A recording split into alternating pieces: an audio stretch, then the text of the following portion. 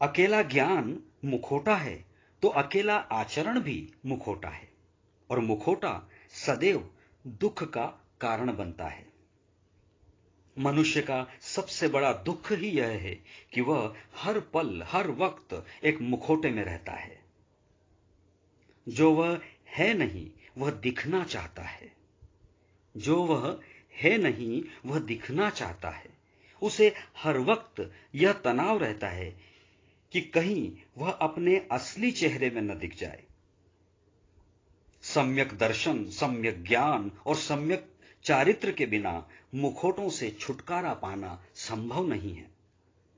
आचार्य उमा स्वामी ने दर्शन, ज्ञान और चारित्र को एक ही साथ एक ही विशेषण सम्यक के तहत और मार्ग को एक वचन में रखते हुए उन्हें मोक्ष का मार्ग कहा है।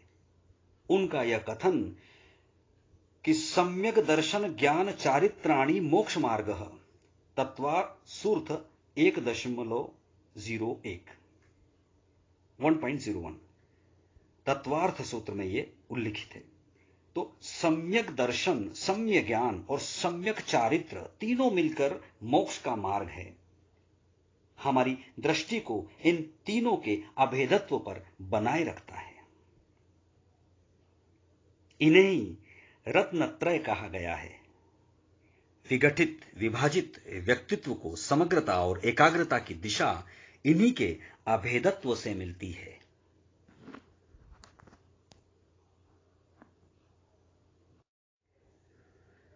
मोक्ष मार्ग पर अग्रसर होने के लिए सम्यक दर्शन पहली जरूरत है। दर्शन अभ्यंतर का विषय है, ज्ञान बाह्य का। जिसे अभ्यंतर का भान होगा उसे बाह्य का, बाह्य पदार्थों का भी सही बोध होगा।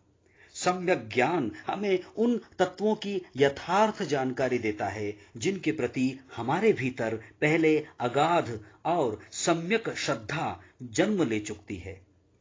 श्रद्धा अथवा दर्शन से ही तो किसी चीज या तत्व को जानने की प्रवृत्ति पैदा होती है। इसीलिए ऊपर उद्धृत तत्वार्थ के सूत्र में सम्यक दर्शन का उल्लेख सम्यक ज्ञान से पहले किया गया है। सम्यक दर्शन पासपोर्ट है, सम्यक ज्ञान वीजा। पासपोर्ट के बाद ही तो वीजा मिलेगा। पिछले जन्म या जन्मों में अर्जित की गई सात्विकता के कारण सम्यक दर्शन खुद ब खुद हमारे भीतर उत्पन्न हो सकता है।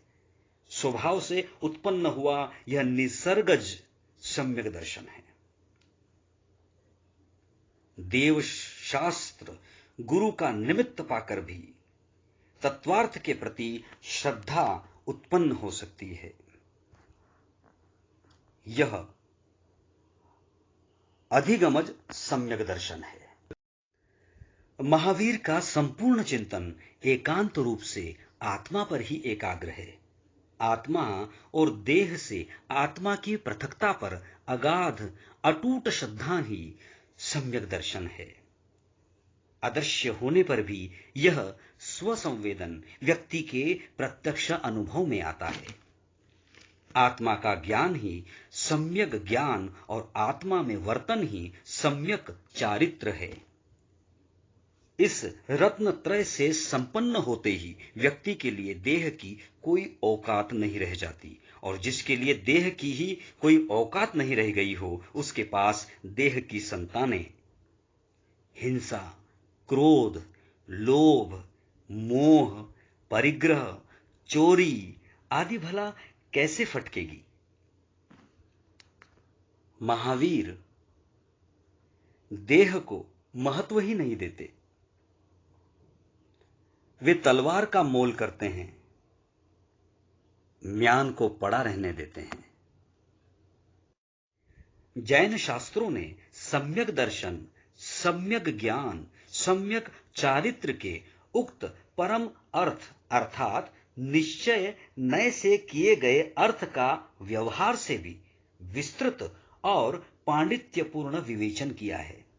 अनेक भेदों, प्रभेदों, अंगों, उपांगों आचारगत विधि विधानों आदि में वर्गीकृत वह विवेचन परोक्ष और स्थूल लग सकता है, पर कई बार सूक्ष्म और प्रत्यक्ष के लिए रास्ता क्या स्थूल और परोक्ष से ही होकर नहीं जाता? फिर सिद्धांत की झलक हमें व्यवहार में ही तो मिलती है। व्यक्ति सत्ता पर महावीर का अटूट विश्वास है, इसलिए सम्यक दर्शन, सम्यक ज्ञान और सम्यक चारित्र से संपन्न व्यक्ति को महावीर कोई निर्देश नहीं देना चाहते। उनकी दृष्टि में वह तो खुद उनके बराबर है। सच्चा लोकतंत्र सबसे निचले पायदान पर खड़े अपने सदस्य मनुष्य को सबसे ऊंचे पायदान पर पहुंचने की छूट देता है। महावीर के लोकतंत्रात्मक चिंतन में यह छूट जीव मात्र को है। कोई भी प्राणी महावीर बन सकता है, कोई भी प्राणी महावीर बन सकता है। महावीर भाग्यवादी नहीं हैं। वे आत्मा के बाहर किसी भी सत्ता में यकीन नहीं करते। वे यह तो मानते हैं कि वस्तु अपने परिणामी स्वभाव के अनुसार खुद ब खुद परिवर्तित होती है, किंतु इस प्रक्रिया में वे दूसरों की निमित्त की भूमिका को और वस्तु के खुद के प्रयत्नों को निष्क्रिय नहीं मानते। अपना उपादान स्वयं होने के कारण वस्तु की लगाम खुद उसके हाथ में है। बंधन और मोक्ष खुद उसी के भीतर हैं। वह उनमें से किसी को भी चुन सकती हैं। कर्म फलीभूत होते हैं, पर यदि आत्मा जागृत है तो वे बिना फल दिए ही झर जाएंगे। महावीर को जीवात्मा और उसकी असाधारण क्षमताओं तथा असीम संभावनाओं पर चिरंतन अविच्छिन्न विश्वास है। पूर्ववर्ती तीर्थंकरों की तरह ही उन्होंने भी न तो किसी सृष्टिकर्ता ईश्वर के अस्तित्व को स्वीकार किया और न अलौकिक अति प्राकृत शक्तियों के अस्तित्व को। ईश्वर के तथाकथित होने का कोई सहारा लिए बिना धर्म और धार्मिकता को स्थापित करना बेहद तर्कसंगत, प्रौढ़, मजबूत और सम्यक चिंतन से ही संभव था। खुद महावीर भी इस तरह के कोई ईश्वर या देवता नहीं, सिर्फ एक परम विकसित, परम उन्नत जीवात्मा है। एक ऐसी जीवात्मा जिसने अपने कर्मों का क्षय कर लेने में सफलता पाई है।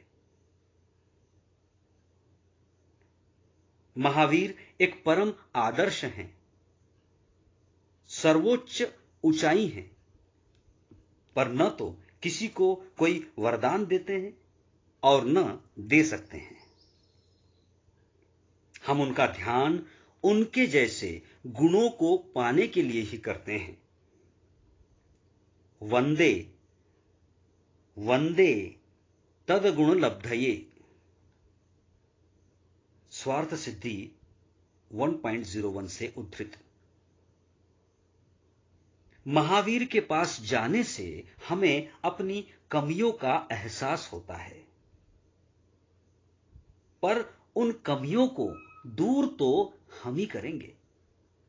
आईना हमें हमारे चेहरे के दाग धब्बे दिखाता है, पर उन्हें साफ नहीं कर देता। महावीर ने स्वयं कहा है, मित्र को बाहर क्यों तलाशते हो? वह सिर्फ तुम ही तो हो जो खुद अपने मित्र हो। पुरीसा तुममेव तुमम मित्तम किम बह्या मित्तमिच्छसि। आचारांग सूत्र प्रथम श्रुत स्कंध 3.3/157। महावीर ने अहिंसा, अपरिग्रह आदि की जैन अवधारणाओं को दर्शन की कायल कर देने वाली जमीन पर ज्यादा ताकत से खड़ा किया। महावीर ने अहिंसा, अपरिग्रह आदि की जैन अवधारणाओं को दर्शन की कायल कर देने वाली जमीन पर ज्यादा ताकत से खड़ा किया। वे सिर्फ यह कहकर चुप नहीं होते कि हमें दया करनी चाहिए, यह भी समझाते हैं कि दया क्यों करनी चाहिए। कारण और जरूरत बताए बिना वे आगे नहीं बढ़ते। वे चाहते हैं कि दया भी ज्ञान से पैदा हो। अज्ञान से पैदा हुई दया बंधन मुक्ति में सहायक नहीं होती। अज्ञान से पैदा हुई दया बंधन मुक्ति में सहायक नहीं होती। दशवैकालिक सूत्र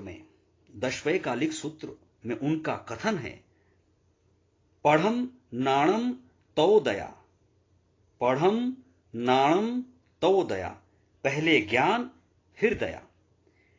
खाली नैतिक उपदेश, खाली चारित्र से देर सबेर दार्शनिक निराशा उत्पन्न होती है।